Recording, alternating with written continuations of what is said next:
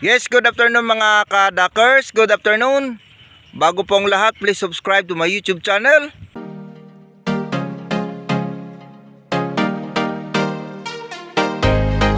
Dak33. Pakihit naman ang notification bell upang updated kayo sa mga video ko pang may upload. Mga kadakers, ibang area na po yung nilagyan natin ng ating mga itik dahil wala nang matuka doon sa kanilang area na kinalalagyan natin. So dito na tayo mga kadakers nagpakain sa may harap ng ating tulda dito sa ating bagong kampo.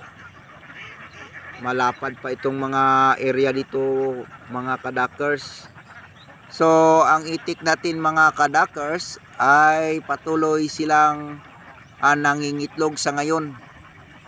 Kung minsan bumababa din ng mga taglimang piraso, pero okay lang yan dahil sa sobrang layo ng kanilang dinadaanan.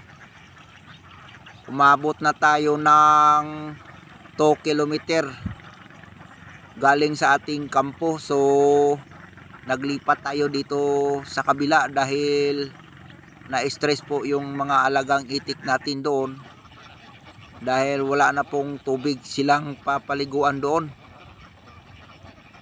So nandito ang tubig mga kadakers dahil nasa malapit po ito sa creek. At wala tayong gastos dito mga kadakers sa gasolina dahil hindi po tayo nagpump.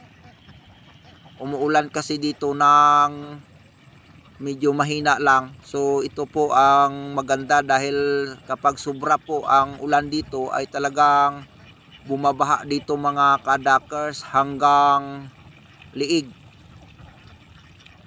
So itong lugar na ito ang kinatatakutan namin na pasukin kapag tuwing tag-ulan, kagaya ngayong December. So hindi talaga kami magkumpiyansa dito dahil mayroong baha dito na malalim at napakalakas pa. Kahit ako dito ay talagang kabisado ko itong lugar na ito, kaya lang minsan makumpiyansa tayo. So doon sa kabilang area na anod yung ang mga itik natin noon. So ang oras mga kadakers ay alas 3:38 po ng hapon. So naghihintay na lang po yung mga alagang itik natin ng oras. So ito na po mga kadakers, uuwi na po tayo dahil oras na po para naman makapag-relax tayo mga kadakers. Ito yung pinakamagandang mangyayari sa isang araw, yung uwian na, para bukas malaman natin kung ilang piraso yung ibigay nila sa isang araw natin na pag-alaga na naman sa kanila mga kadakers. So wala po tayong gastos dito mga kadakers, may tubig po dyan. So ayan na, dahan-dahan na silang umuwi.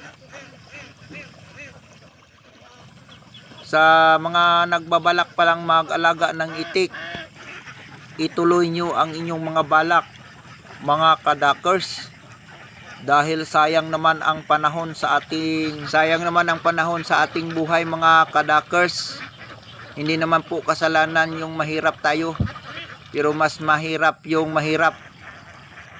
At huwag kayong makinig sa mga taong negatibo mga kadakers dahil wala po silang maitulong sa ating buhay. So sa nagtatanong pala sa akin kung saang lugar po ako umasinso, so nandito po ako sa Agusan del Sur. Makinig sa mga taong kadakers, may asinso. Bumalik na tayo dito. So tayo lang po dito nag area sa areang ito dahil ito po yung lugar ng kinatatakutan namin na kapag bumaha talagang malalim yung pinatukaan natin dyan hanggang liig ang tubig dyan. So nandito na po yung ating mga alagang itik mga kadakers. Pinaparelax muna natin sila para matuyo bago natin ipasok sa ating mga kulungan. So ganyan lang ang ginagawa ko. Pagkatapos magtunaw tayo ng feeds at saka lagyan ng asukal.